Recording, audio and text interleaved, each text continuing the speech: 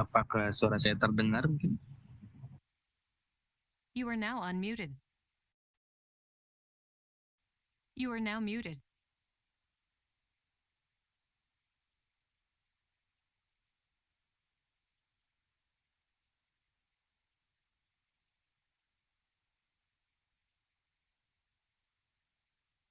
Oke, ya, kita mulai ya.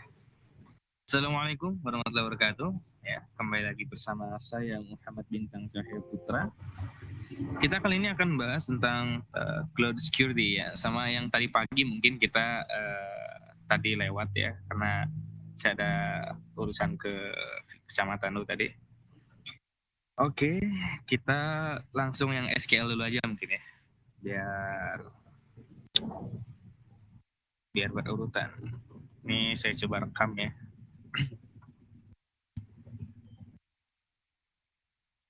Sebentar.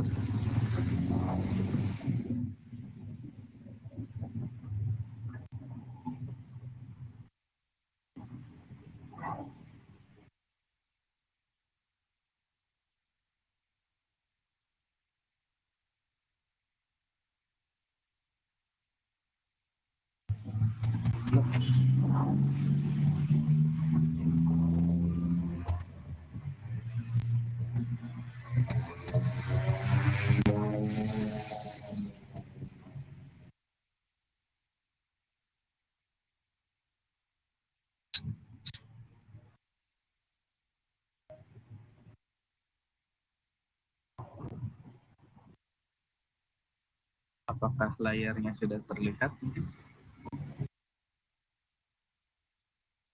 You are now unmuted. You are now muted.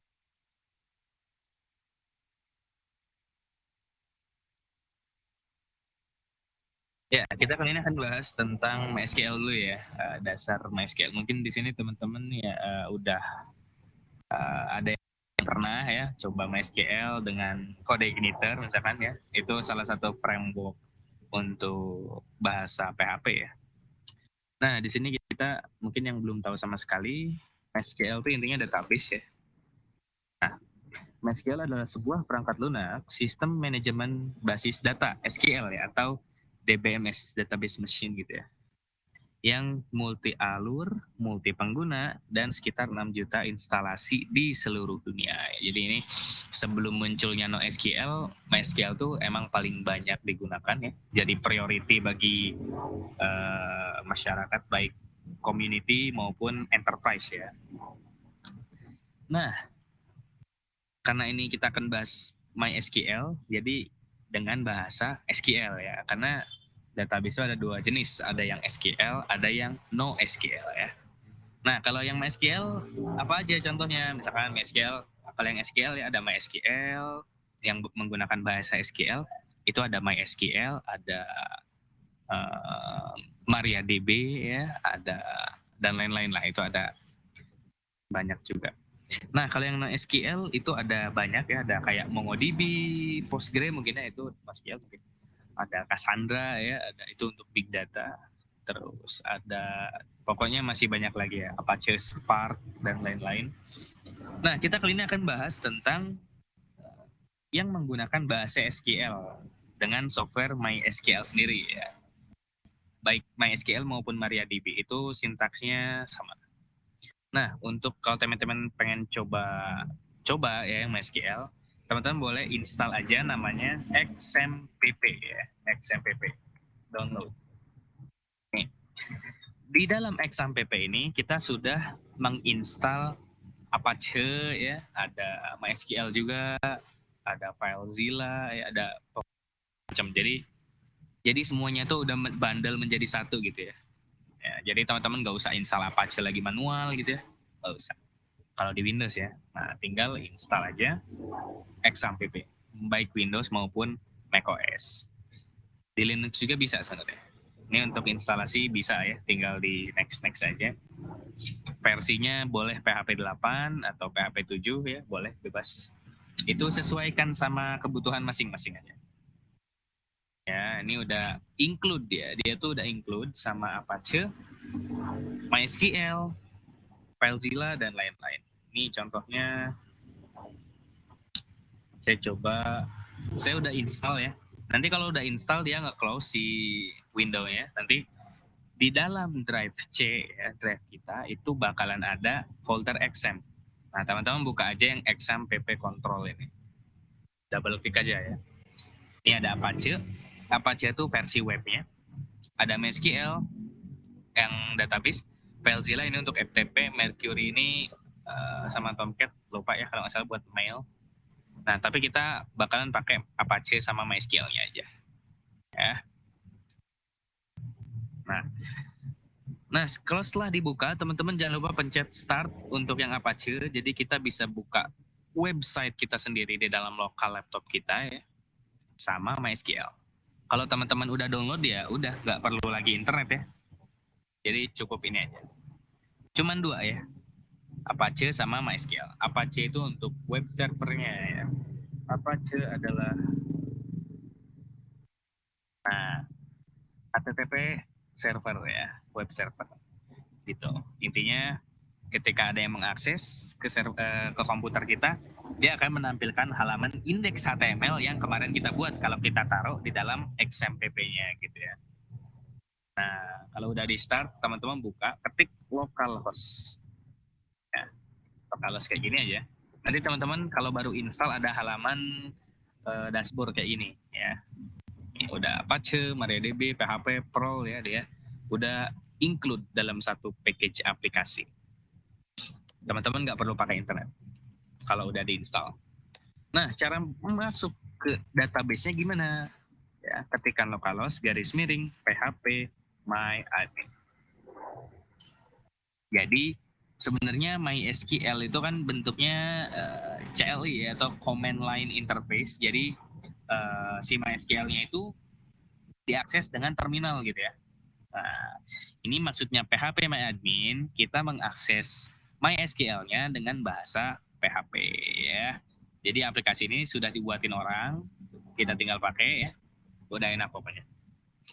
Nah, contoh di sini kita buat database baru. Tapi ini bisa langsung dibuat aja ya. Database namanya apa misalkan? Namanya mau full stack. Full stack misalnya. Kita aja nanti dia langsung bikin. Ya, tapi kita bakalan coba jalan yang hard code atau jalan sulit dulu ya, baru kita tempuh jalan yang mudah. Karena biasanya kalau kita langsung mudah, kadang tidak ada usaha ya. Nah, cara buat database-nya itu dengan perintah create database. Nama database-nya apa? Gitu. Kita langsung aja go gitu ya. Go. Tuh, nanti akan ada database namanya full stack yang baru kita buat ya. Kalau teman-teman pengen lihat bisa ini aja, show database ya. Show databases gitu. Nanti dia muncul ya. Baik di terminal maupun di PHP ini sama aja gitu ya, sama aja. Nah, kita pengen ngebuat tabel di dalam database yang kita buat ya, tabel ya. Di sini misalkan saya contoh pengen punya data barang ya. Kita buat tabel namanya barang misalkan. Buat contoh aja. Di dalam tabel barang ada ID, misalkan ID barangnya ya. Jadi ini udah otomatis ID-nya diisi kalau kita centang auto increment A_i ini ya. Kalau kita nggak isi dia bakal ngisi otomatis, dan value dari ID ini atau nilai dari ID ini dia tidak akan sama ya. Jadi untuk milih-milih data yang mana yang mau dihapus, mana yang mau diedit itu kemungkinan nggak akan salah lagi ya. Karena ID ini udah bersifat unik atau tidak mungkin sama sesama datanya. Dan sudah di-generate otomatis. Kalau kita checklist yang auto increment.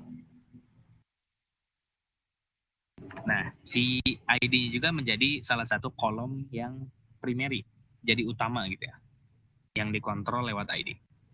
Nah, barang apalagi? Ada nama ya, nama barang. Ini kan integer tuh angka ya, ada integer, ada string, ada float, dan lain-lain. Integer itu angka. Ya. Jadi tipe data lah ya. Teman-teman bisa search integer gitu ya. Adalah gitu.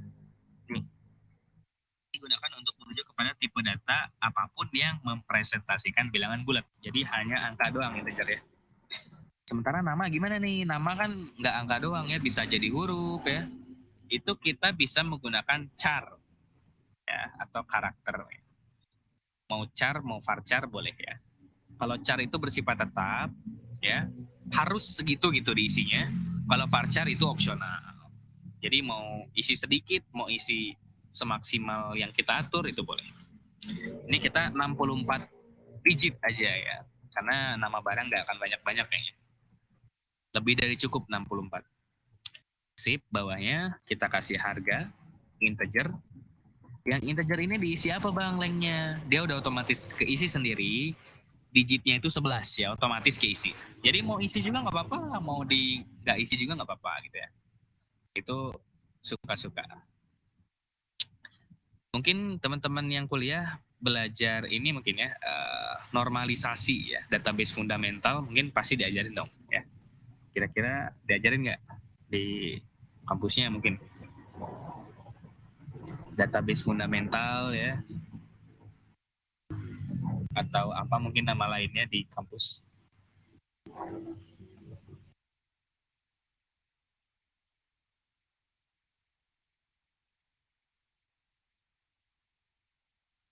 Oh belum ya. Itu kalau nggak salah jadi mata kuliah wajib sih, sama data struktur kalau nggak salah. Nah kita lanjut lagi aja. Contoh kita bikin dua tabel ini aja ya. Kita coba create. Nah dia otomatis membuat. Sebenarnya ya, misalkan kalau teman-teman mempelajari database yang versi CLI itu sebenarnya yang versi kita ngetik-ngetik ya kayak create tadi itu sebenarnya nggak akan kepake di dunia kerja ya. Kalau di dunia kerja tuh lebih ke jalan pintas ya. Misalkan kita disuruh ini, pokoknya harus jadi kayak gitu, gimana pun caranya jadi gitu. Jadi mau cari yang mudah gitu ya. Cari yang mudah, cepat. Kalau cepat lebih awal, kita bisa nyantai juga kan gitu. Nah, jadi biasanya kalau di dunia kerja itu lebih ke easy way-nya, lebih jalan mudahnya, bukan hard way ya. Tapi untuk yang hard way kita juga harus pelajari ya, biar kita paham cara kerjanya nanti. Nah, jadi di dalam database ini kita sudah buat tabel namanya tabel barang. Di dalam tabel barang ada field ID, nama, dan harga. Kayak gitu. Datanya gimana bang? Ya, kita bisa lewat ini, lewat sintaks ya. Jadi insert into misalkan ya, insert into nama tabelnya apa, barang, terus value-nya apa, misalkan kita isi yang pertama nol, nol itu kosong, nol sama nol itu beda ya, nol kosong ini, nol kosong ini sama nol itu beda. Kalau nol ya angka nol gitu ya, kalau nol itu benar-benar kosong nggak ada gitu, benar-benar nggak ada aja gitu, bukan nol ya. Nol itu benar-benar kosong, beda sama nol ya, atau kosong. Nol untuk ID ya, ID-nya udah otomatis diisi, kita isi kosong aja. Namanya contohnya kita kasih buku. Terus harganya berapa? Harganya integer ya, misalnya 5.500. Kita coba insert. Nah, masuk ya. Kita coba klik barangnya. Nah, ada nih buku harganya 5.000. Ada cara lebih mudah juga tanpa kita harus ini ya, edit di sini. Teman-teman pencet aja insert ya, insert sini. Namanya mau apa? Misalkan full pen gitu ya. Harganya berapa? 9.000 kemahalan. 4.000 gitu ya. Terus ada tas gitu. Tas harganya 50.000 aja. Nah, kita submit ya. Kalau kita submit mau go yang di bawah atau go yang di atas itu sama aja, dia bakal ke submit dua-duanya. Nah, jadi dia otomatis nge-insert. Insert into barang ID, nama, harga. Isinya 0 yang ID, nama, harga. Nama, harga. dia udah otomatis. Kalau kita pencet data barangnya ya yang ada di tabel kayak gini. Ya. Untuk perintah edit bagaimana? Perintah edit tuh dia menggunakan update, ya kan? Kayak ini. Ini ya. Update barang, set nama bukunya menjadi bukuku yang mana? Yang ID-nya 1. Gitu ya. Ini kita copy aja. Nih, contoh kita pengen ubah tas ya. Ini dengan perintah ya. Ini dicatat aja nih teman-teman. Kan update yang ada di tabel barang kita set kolom apa yang mau dirubah? Kolom nama. Kita ubah menjadi apa yang kolom nama? Kita ubah jadi misalkan apa ya? Pensil. Yang mana yang mau dirubah? Where ID-nya sama dengan 2. Gitu ya.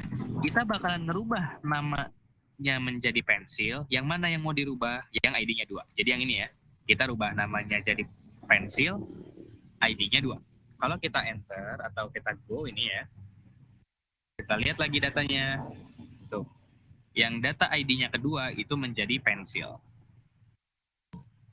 Tuh hati-hati tuh kalau teman-teman yang tadi yang update harus pakai where ya. Kalau nggak pakai where dia ngerubah semuanya.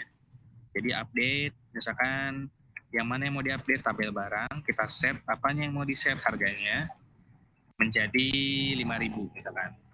Kita enter aja tanpa pakai where, itu bakalan ngerubah semua datanya ya. Jadi hati-hati ya. Tuh. Kalau di PHP ini dikasih alert ya. Ini beneran mau nge-execute ini gitu ya. Kita oke. Kita lihat barangnya 5.000 semua. Jadi kalau datanya banyak itu hati-hati ya. Kayak gitu.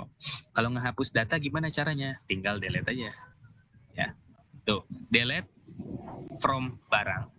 Hapus dari tabel barang. Yang mana yang mau dihapus?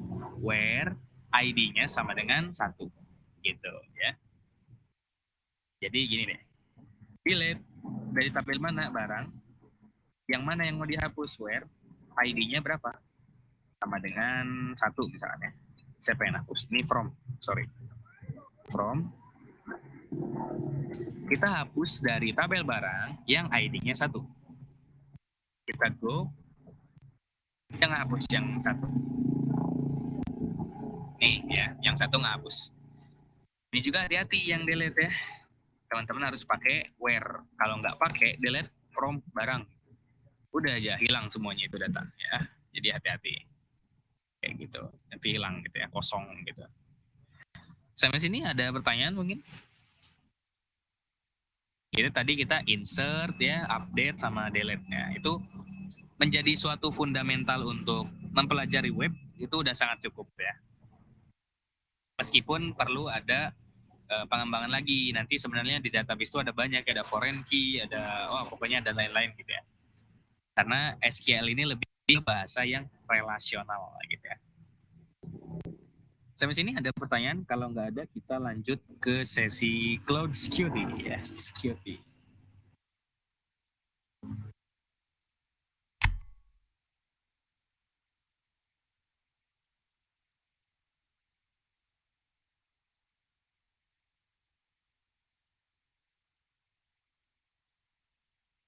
Oke, sepertinya nggak ada pertanyaan ya. Mungkin karena masih bingung atau gimana mungkin. Ini memang agak sulit ya. Tapi nggak apa-apa. Ini saya rekam jadi bisa diulang-ulang. Kita lanjut aja ke sesi cloud security mungkin ya. Sebentar, saya coba cari PPT.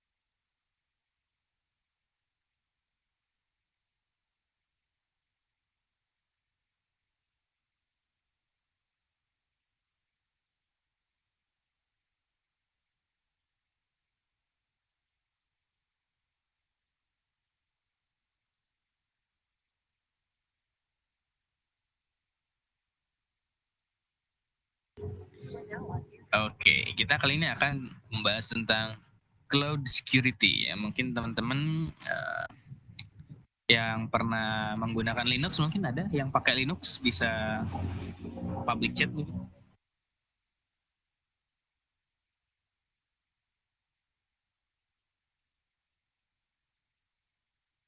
Yang pakai Linux kira-kira ada nggak?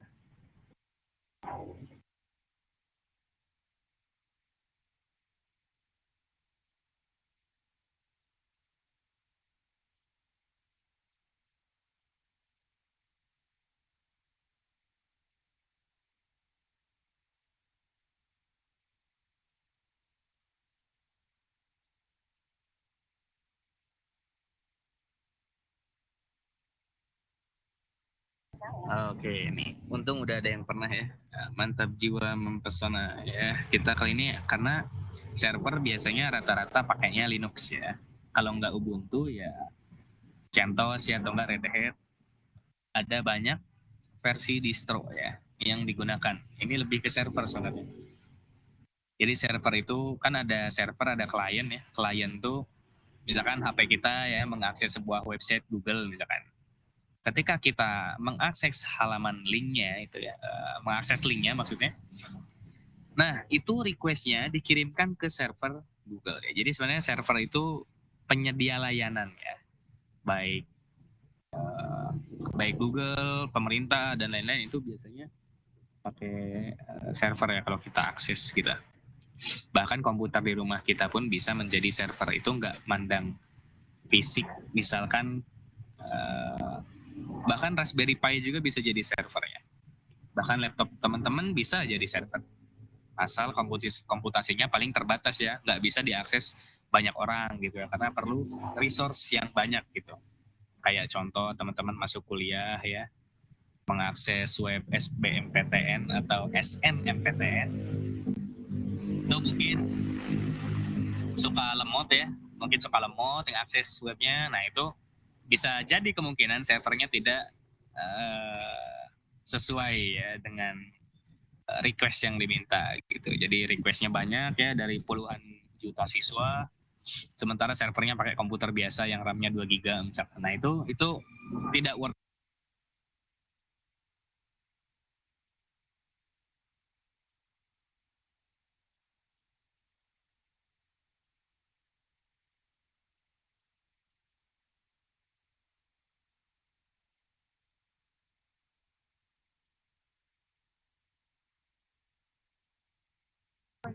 Ya, oke, mungkin ini ada yang udah pernah ya. Tadi saya kemute. Tadi saya kemute. Nah, jadi server hardening ini ya kita lebih ke mengamankan si servernya, karena sebenarnya ada dua ya tipe yang mengakses internet, ada klien, ada server. Ya, ada klien, ada server. Kalau klien itu lebih ke misalkan contoh HP kita ya, mengakses web yang ada di internet misalnya. Nah, kita mengakses google.com. Setelah kita akses, linknya itu akan dikirimkan ke servernya milik Google ya. Atau jangan jauh-jauh deh Google. Contoh misalkan website SBMPTN atau SNPTN gitu ya. Nah, itu kan ketika kita akses waktu itu udah lama ya. Itu agak lama misalkan ya servernya gitu ya. Nah, itu biasanya servernya kadang tidak sesuai dengan kebutuhan request gitu. Jadi ketika requestnya ada jutaan orang yang mengakses server atau mengakses komputer itu komputernya terlalu kecil ya spesifikasinya misalkan. Itu bisa jadi gitu. Nah, ada hal lagi mungkin teman-teman pernah website kehack misalkan ya. Nah, itu bisa ada dua kemungkinan website kehack gitu. Misalkan contoh KPU kemarin aja waktu udah lama sih. Itu katanya ada vulnerability cross site scripting ya kalau salah. Jadi semua nama partai diubah jadi nama buah-buahan gitu ya. Nah, itu bisa dari si servernya dan bisa juga dari si webnya yang tidak memfilter inputan dari user, yaitu lumayan berbahaya ya. Jadi kita di sini akan bahas tentang pengamanan servernya ya. Jadi servernya menggunakan Linux gitu ya. Kita coba next. Ya, hello, saya Bintang. You can find me at Strong Papa Zola ya. Teman-teman boleh copy script yang ada di github.com, itu ada banyak, bisa dicoba-coba. Mungkin ada yang berguna ya. Nah, hardening server steps ya. Let's start with the first set of slide ya. Nah, untuk langkah-langkah awal kita mengamankan sebuah cloud atau mengamankan sebuah server ya, keep system up to date. Bagian yang sangat penting dari pengerasan sistem atau pengamanan ya, apapun yang dilakukan itu memastikan bahwa sistem selalu diperbarui ya. Melakukan ini akan membuat bug atau kerentanan yang diketahui tetap ditambal dari OS-nya ya. Misalkan Ubuntu sekian, Ubuntu 16 bisa privilege escalation bugnya tuh 16.04 ya. Nah itu jadi privilege escalation itu contoh kita masuk user biasa, user infra misalnya, atau user standar misalkan ya, namanya apalah, bebas, yang penting standar gitu, bukan root ya. Kalau root itu akses tertinggi, kalau di Windows root itu sistem administratornya lah ya. Nah kalau di Windows user biasa ya user biasa ya. Kadang kalau ngebuka aplikasi harus sistem administrator yang muncul ya, atau kadang juga ada yang minta password gitu ya. Nah itu minta akses root berarti. Nah ini kita bisa lakukan apt update ya, dan apt upgrade itu dalam satu perintah gitu ya di Linux gitu. Jadi jika teman-teman servernya pengen tetap aman ya selalu up to date gitu ya, selalu up to date, karena setiap bug yang ditemukan itu biasanya ditambal sama si OS-nya, baik Windows, Linux ya, dan lain-lain. Karena sebenarnya Linux itu dibilang lebih aman ya dari Windows, karena kalau virus menginfeksi itu agak susah berkembang biak di Linux gitu. Jadi kalau di Windows lebih mudah berkembang biaknya, seperti contoh ransomware ya dan lain-lain. Kita next. Pastikan hanya root yang memiliki UID 0. Ini lebih di dalam servernya, karena di Windows kan hanya administrator dan sistem ya yang boleh mengakses sistem tertinggi gitu, akses tertingginya gitu ya. Kalau di Linux juga ada ya, itu ada root, itu paling tinggi di Linux ya, nggak ada yang melebihi root, itu nggak ada kalau di Linux. Jadi jangan sampai UID 0 itu memiliki akses tertinggi ke sistem dalam kebanyakan kasus. Ini seharusnya hanya menjadi akun root aja gitu yang 0. Jangan sampai ada akun lain UID-nya 0. Itu UID 0 itu maksudnya administrator tadi ya. Nah, kayak gini. Perintah di bawah akan mencantumkan semua akun dengan UID 0. Kita coba next lagi.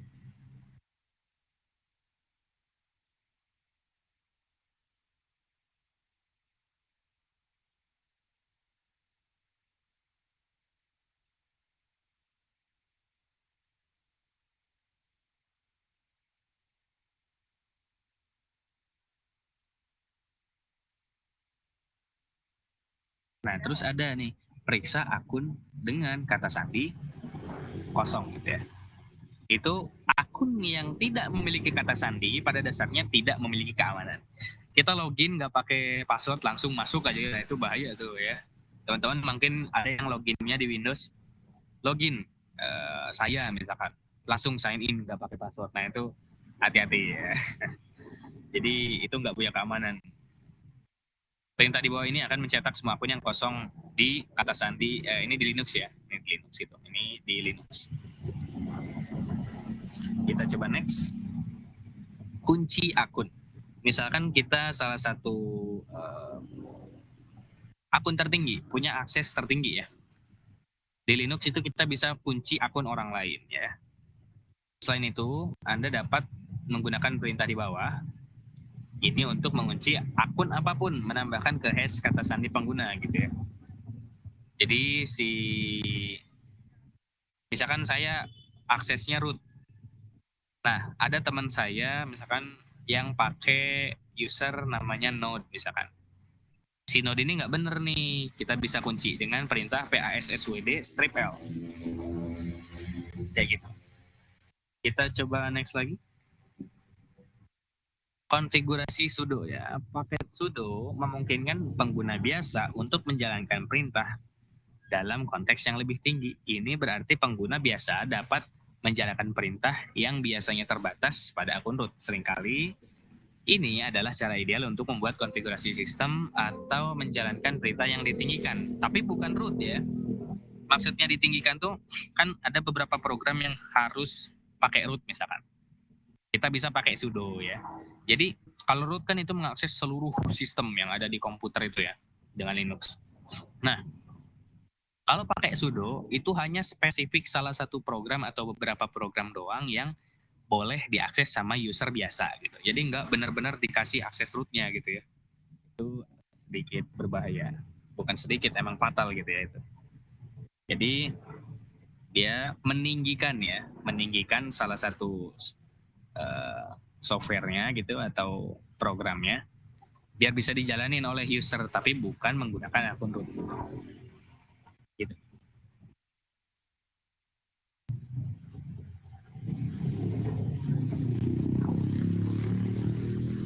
Nah, lalu ada IP tables. IP tables bisa dibilang kayak firewall-nya kalau di Windows ya ada firewall, Windows firewall itu IP table bisa dibilang ya. IP tables ya, ini pada dasarnya adalah firewall sistem operasi ya. IP table sangat kuat dalam mengontrol lalu lintas jaringan yang masuk dan keluar dari server. Ini misalkan ada server kita nih. Server kita cuman boleh bikin web server sama SSH. SSH itu remote ya. Jadi kalau server kita di internet, di cloud, baik AWS ya, atau Amazon Web Service, itu kita bisa akses menggunakan SSH namanya. Ya.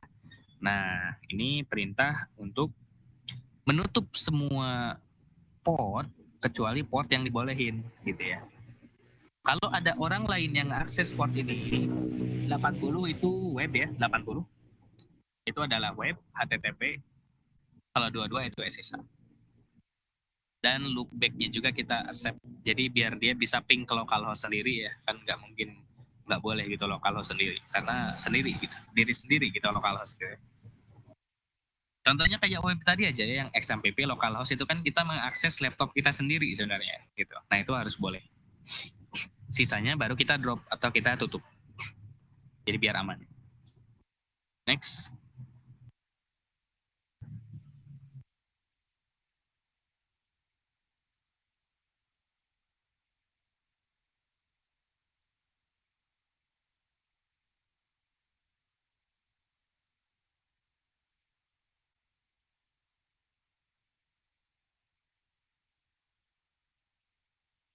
Nah, nonaktifkan root login. Ini konfigurasi untuk membatasi SSH ya.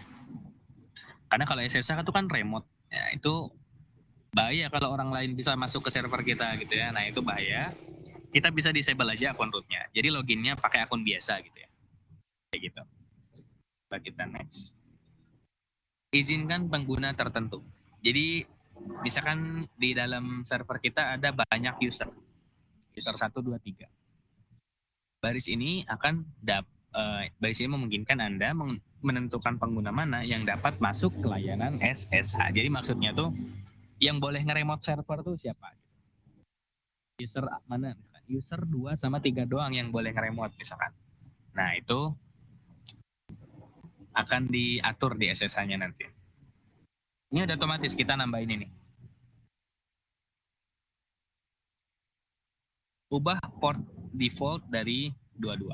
Kan biasanya SSH itu portnya 22. Karena orang yang membuat SSH itu emang portnya 22 ya. Nah, kalau bisa dirubah port defaultnya. Kenapa? Karena ketika server kita port dua-duanya kebuka, itu kedeteksi sama penyerang-penyerang. Biasanya saya sendiri di servernya Bisai ya. Kan saya megang servernya Bisai. Itu kadang banyak sekali orang-orang dari Cina ya. Dari Cina dia mencoba brute force ya. Brute force itu Jadi login SSH, misalkan usernya ini passwordnya AA, bukan AA, passwordnya apa ya, misalkan passwordnya 1 sampai 5 misalkan. Nah, brute force itu nyobain dari user ini passwordnya 1111 terus nyobain lagi 1112, nyobain lagi 1113, nyobain lagi 114, seterusnya sampai 1233 misalkan. Nyoba lagi 1234, 1235, baru berhasil login. Nah, itu kan bahaya tuh. Nah, makanya diubah portnya biar lebih tidak terdetek gitu ya. Nah, bisa juga pakai namanya buat ngamanin port ya, pakai port apa lupa saya namanya. Nah, pakai port sentry namanya. Pakai port sentry bisa di search aja. Itu kalau ada yang nge-scan server kita portnya berapa aja pakai nmap itu nggak kebaca ya. Langsung diblokir biasanya IP-nya. Kita next lagi. Nonaktifkan kata sandi kosong. Ini sama ya sama yang tadi. Jadi kalau ada yang loginnya pakai password kosong itu nggak boleh. Di SSH ya ini beda sama yang tadi.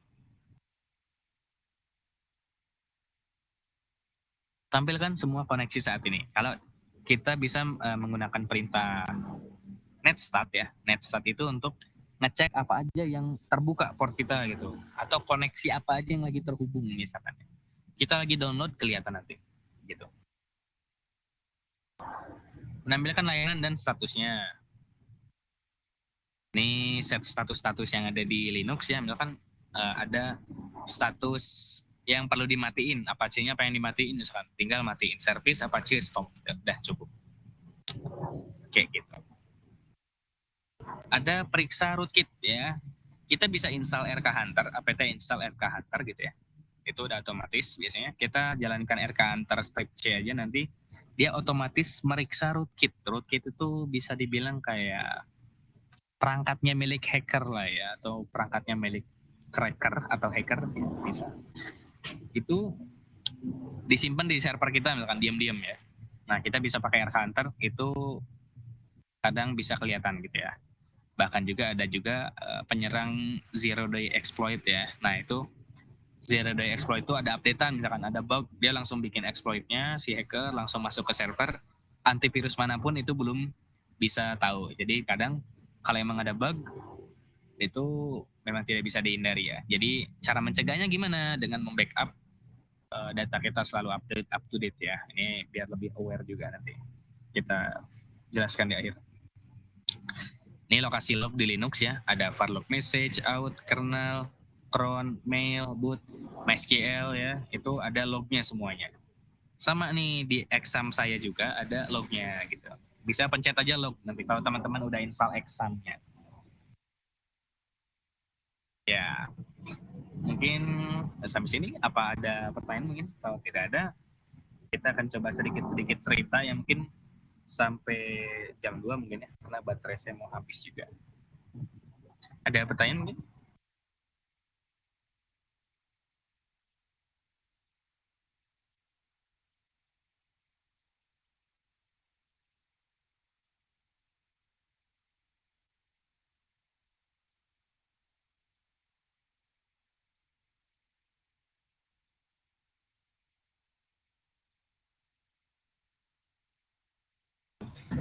Boleh ya nanya apa aja.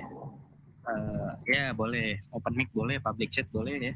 Tentang keamanan atau yang tanya-tanya mau hack IG, Facebook dan lain-lain. Itu biasanya sering terjadi di kalangan siswa ya. Boleh tanya apa aja nggak apa. Jangan malu, jangan segan.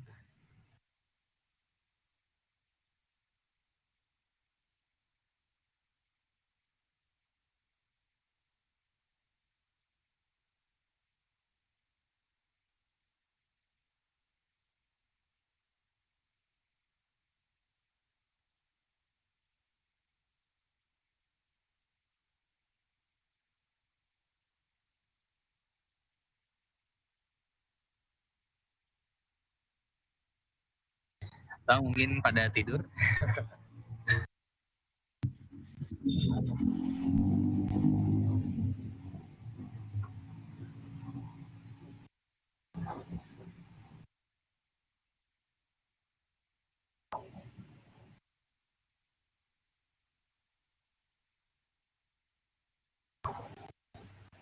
Oke, mantap juga ya. Ditunggu aja. Langsung ditanyain aja nggak apa-apa. Bahas apa aja boleh kok. Tanya apa aja boleh.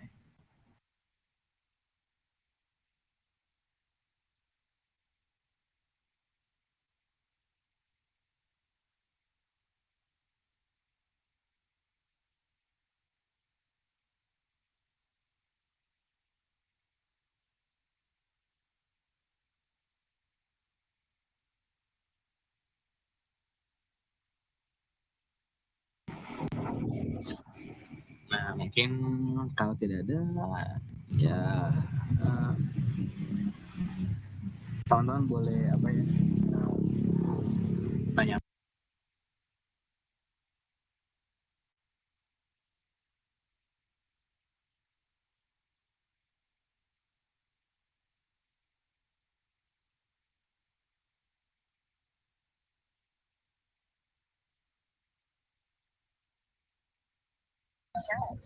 Oh iya, nah ini misalkan teman-teman ada pengen coba-coba misalkan eh, tentang masalah perhackingan gitu ya atau hack-hack gitu IG, Facebook. Nah itu saya cuma ngasih tahu ininya aja, metodenya aja. Ada metode namanya brute force, nyobain satu-satu tadi. Akun ini misalkan passwordnya dicoba. Jadi ada word listnya gitu ya. Word list itu kayak perpustakaan kamus password gitu ya. Jadi di dalam situ ada password AAA ya, AAB, AC, AD, AF, sampai Z pokoknya. Nah itu ada ya. Atau bahkan kita bisa generate sendiri pakai challenge kalau di Linux ada. Terus ada juga metode namanya phishing ya. Ini lebih sering terjadi di kalangan teman-teman yang suka main FF. Nah, itu biasanya paling sering kena phishingnya karena klaim diamond Anda sekarang juga ya. Kadang ML juga suka gitu tuh. Klaim padahal itu phishing gitu ya. Disuruh klaim login Facebook, besoknya akun Facebooknya hilang gitu. Nah, itu hati-hati ya. Jadi kadang klaim-klaim kayak gitu websitenya .site, XYZ ya. Nah, itu website-website receh biasanya. Nah, kayak gitu. Jadi itu kadang harus hati-hati ya ngelihat linknya kalau phishing. Kalau brute force cara menanganinya ya passwordnya ganti pakai simbol, huruf besar, huruf kecil, angka. Ya kalau bisa jangan pakai tanggal lahir gitu ya karena orang yang nge-generate password jadinya dari tanggal yang. Nah, cerita baru mulai banyak pertanyaan ya. Langsung ditanyain aja, jangan malu, jangan segan ya. Apa-apa, sanskuy aja.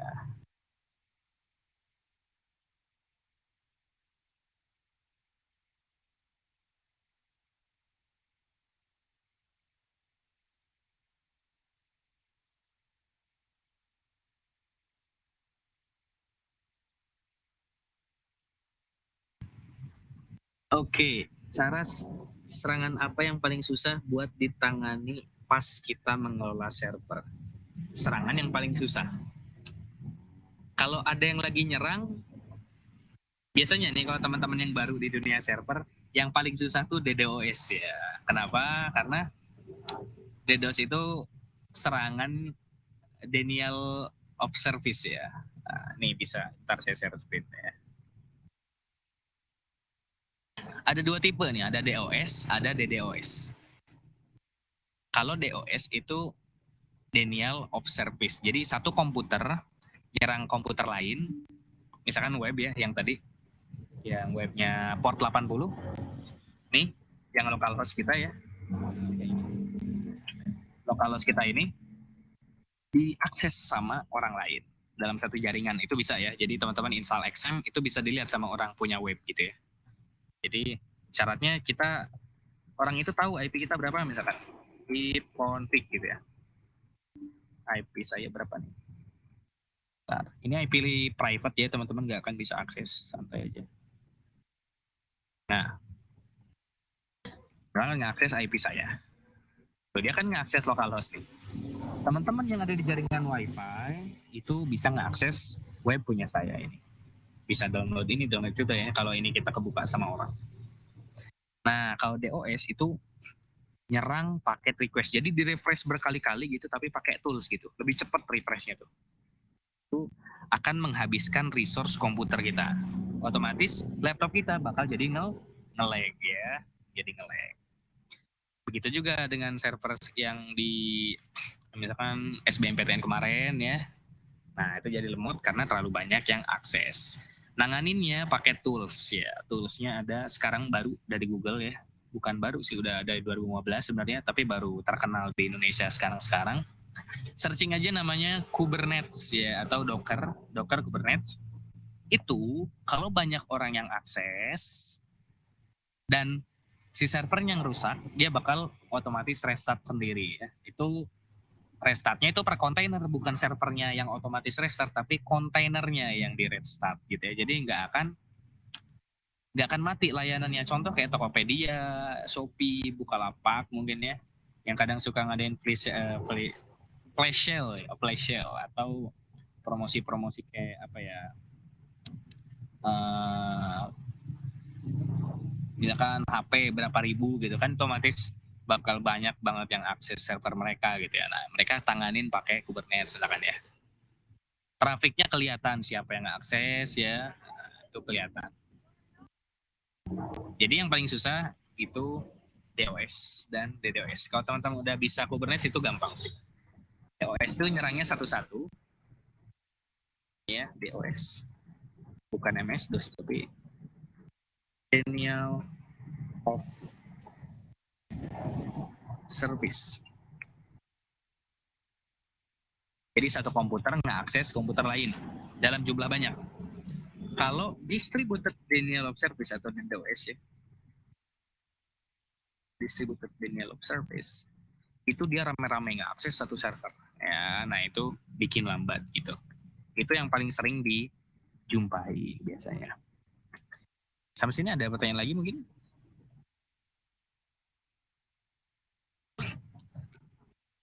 Yang ngebajak WA dan lain-lain ya. Nah itu konsep sederhananya bisa ambil WhatsApp web ya itu, atau serangan namanya SS7 ya. SS7 tuh ketika kita di tower mana gitu, kita akses towernya misalkan, terus SMS lewat, kita bypass tengah jalan gitu ya, dilihat WhatsApp verifikasinya berapa ya, itu searching aja deh pokoknya ada SS7. Sampai sini apa ada pertanyaan? SS ya, bisa saya belum pernah nyoba sih itu. Kalau tidak ada, kita bisa akhiri untuk sesi kali ini.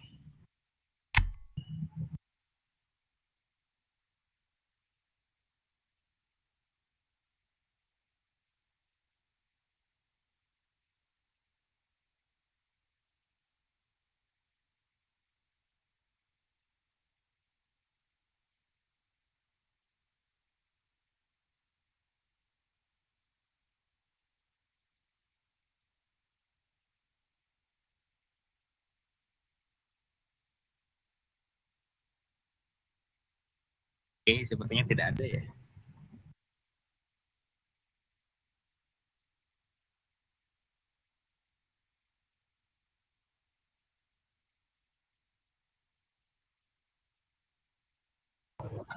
Kalau yang malu nanya di public chat boleh tanya di IG ya, boleh tanya langsung aja, chat boleh ya. Gitu. Kalau tidak ada pertanyaan lagi, kita bisa cukupkan untuk sesi kali ini ya.